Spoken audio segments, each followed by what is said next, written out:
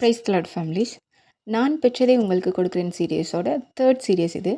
இந்த சீரியஸில் நம்ம என்ன பார்க்க போகிறோம் அப்படின்னா, ஒடிசாவே உழுக்கின அந்த நள்ளிரவு கொடூரம் என்ன அப்படிங்கிறது தான் இன்றைக்கி பார்க்க போகிறோம். ஜனவரி 23 1999 வருஷம் அந்த நள்ளிரவு நேரத்தில் ஒடிசாவோட மனோகர்பூர் கிராமமே அமைதியாக தூங்கிட்டு இருந்துச்சு. ஆனால் திடீர்னு ஒரு பயங்கரமான சத்தம், தீப்பற்றி எறிகிற ஒரு வண்டிக்குள்ளே 2 சின்ன பசங்களோட மரண ஓலம் கேட்குது. தப்பிக்க நினச்சி கதவை திறக்க பார்க்குறாங்க. ஆனால் வெளியே நிற்கிற ஒரு கும்பல் அவங்கள தப்பிக்க விடாமல் வண்டியை சுற்றி நின்று கோஷமிடுறாங்க. கடைசியில் ஒரு அப்பாவும் அவரோட 10 மற்றும் 6 வயசு மகன்களும் அந்த வண்டிக்குள்ளேயே உயிரோடு எரித்து சாம்பலாக்கப்படுறாங்க. உலகையே உழுக்கின இந்த கொடூரமான கொலைக்கு பின்னாடி இருந்த அரசியல் என்ன? ஆஸ்திரேலியாவிலிருந்து இந்தியாவுக்கு வந்து 34 வருஷம் தொழுநோயாளிகளுக்கு சேவை செஞ்ச ஒரு மனிதருக்கு ஏன் இந்த நிலைமை நடந்துச்சு? வாங்க இன்னைக்கு வீடியோவில் கிரகாம் ஸ்டெயின்ஸ் மற்றும் அவரோட குடும்பத்துக்கு நடந்த அந்த அதிர்ச்சியான உண்மைகளை பற்றி பார்க்கலாம். முதல்ல யார் இந்த கிரகாம் ஸ்டெயின்? 1941 வருஷத்தில் ஆஸ்திரேலியா பிறந்தவர் தான் இந்த கிரகாம் ஸ்டெயின். இவருக்கு சின்ன வயசுலேயே மற்றவங்களுக்கு உதவி செய்கிறதுல ரொம்ப ஆர்வம். குறிப்பாக தொழுநோயால் பாதிக்கப்பட்ட மக்களுக்கு உதவணும்னு நினச்சிருக்கிறாரு. இதனால் 1965 வருஷத்தில் தன்னோட 24வது வயசில் இந்தியாவுக்கு வராரு. ஒடிசாவோட மயூர்பஞ்ச் அப்படிங்கிற பழங்குடியின மக்கள் வாழ்கிற பகுதிக்கு போகிறாரு. அங்கே இருந்து மயூர்பஞ்ச் தொழுநோய் இல்லத்தில் தண்ணியும் இணைச்சிக்கிட்டு தொழுநோயாளிகளுக்கு மருத்துவம், உணவு, தங்குமிடம்னு எல்லாத்தையும் பார்த்து செய்கிறாரு. அப்படிலாம் தொழுநோய் வந்தால் அவங்கள தீண்டத்தகாதவங்கன்னு ஒதுக்கி வைப்பாங்க. ஆனால் ஸ்டெயின்ஸ் அவங்க புண்களை தன்னோட கைகளாலே கழுவி குணப்படுத்துகிறாரு. அங்கே இருந்த ஹோ அப்படிங்கிற பழங்குடியின மக்களோட மொழியை கற்றுக்கிட்டு அவங்களுக்கு சுயதொழில் செய்ய பாய் மற்றும் கூடை பின்னவும் கற்றுக் கொடுத்துருக்கிறாரு. 1983 கிளாடிஸ் அப்படிங்கிற பெண்ணை கல்யாணம் பண்ணிட்டு அங்கேயே ஒரு சின்ன வீட்டில் வாழ ஆரம்பிச்சிருக்கிறாரு. இவங்களுக்கு எஸ்தர் அப்படிங்கிற ஒரு மகளும் பிலிப் மற்றும் திமோத்தின்னு 2 மகன்களும் பிறந்திருக்கிறாங்க. ஆனால் இவர் மேலே ஒரு சர்ச்சை உருவாயிருக்கு, ஒரு குற்றச்சாட்டு வைக்கப்பட்டிருக்கு. அந்த குற்றச்சாட்டு என்ன அப்படிங்கிறத பார்க்கலாமா? எல்லாம் நல்லா தான் போயிட்டு இருந்துச்சு. ஆனால் 90களோட இறுதியில் ஒரு பெரிய சர்ச்சை கிளம்புது. கிரகாம் ஸ்டெயின்ஸ் அங்கே இருக்கிற ஏழை பழங்குடியின மக்களை பணத்தை காட்டியும் மருத்துவ உதவி செஞ்சும் கட்டாய மதமாற்றம் செய்கிறாருன்னு சில இந்துத்துவ அமைப்புகள் குற்றச்சாட்டை வைக்கிறாங்க.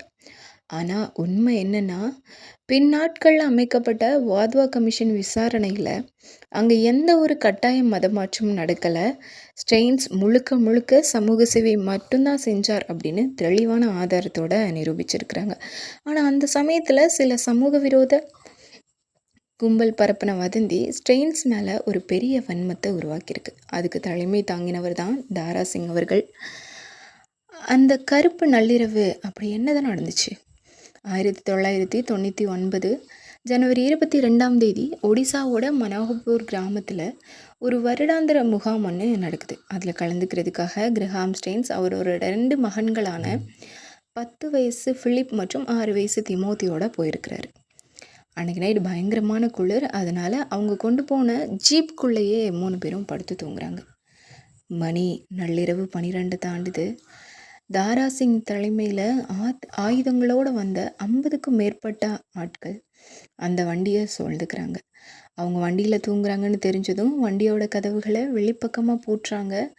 அப்புறம் வண்டி மேலேயே வைக்கோல் போட்டு பெட்ரோல் ஊற்றி தீ வைக்கிறாங்க. நெருப்பு எரிய ஆரம்பித்ததும் உள்ளே இருக்கிற ஸ்டெயின்ஸும் அவரோட சின்ன பசங்களும் அலறி அடித்து எழுந்திரிச்சிருக்கிறாங்க. வண்டி கதவை உடைக்க முயற்சி பண்ணியிருக்கிறாங்க. ஆனால் வெளியே நின்ன கும்பல் பயங்கரமான கோஷங்களை எழுப்பிட்டு அவங்கள வெளியே வராத மாதிரி வண்டியை கட்டைகளால் அடித்து தாக்குறாங்க. கொஞ்ச நேரத்திலேயே அந்த அலறல் சத்தம் அடங்குது. காலையில் வந்து பார்க்கும்போது அந்த ஜீப்போட இரும்பு சட்டகத்துக்குள்ளே தன்னோட 2 மகன்களையும் நெஞ்சோடு அணைச்சபடியாக கருகி போய் கிடந்தார் கிரகாம் ஸ்டெயின். இந்த இன்சிடெண்ட்டை விடவுமே இன்னும் வியக்கத்தக்க ஒரு விஷயம் என்னென்னா, இதற்கு கிடைக்கப்பட்ட நீதிமன்ற தீர்ப்பும் உலகமே வியக்கிற அளவுக்கு கிடைக்கப்பெற்ற ஒரு மன்னிப்பும் தான். அது என்ன நம்ம பார்க்கலாமா? இந்த கொடூரமான சம்பவம் இந்தியாவில் மட்டும் இல்லை, உலக நாடுகள் முழுக்க பெரிய அதிர்ச்சியை ஏற்படுத்துச்சு. அப்போது இந்திய குடியரசுத் தலைவராக இருந்த KR நாராயணன் இதை மனிதாபிமானத்தோட கருப்பு அத்தியாயம்னு கண்டவன் தெரிவித்தார். போலீஸ் தீவிர விசாரணை நடத்தி தாரா சிங் மற்றும் அவர் கூட இருந்த ஆட்களை கைது செய்கிறாங்க.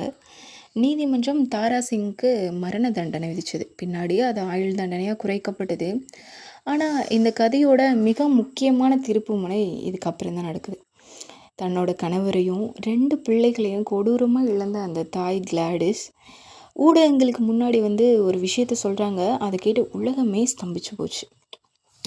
அவங்க என்ன சொன்னாங்கன்னா, என்னோட கணவரையும் குழந்தைகளையும் கொன்னவங்களை நான் முழு மனசோட மன்னிக்கிறேன்.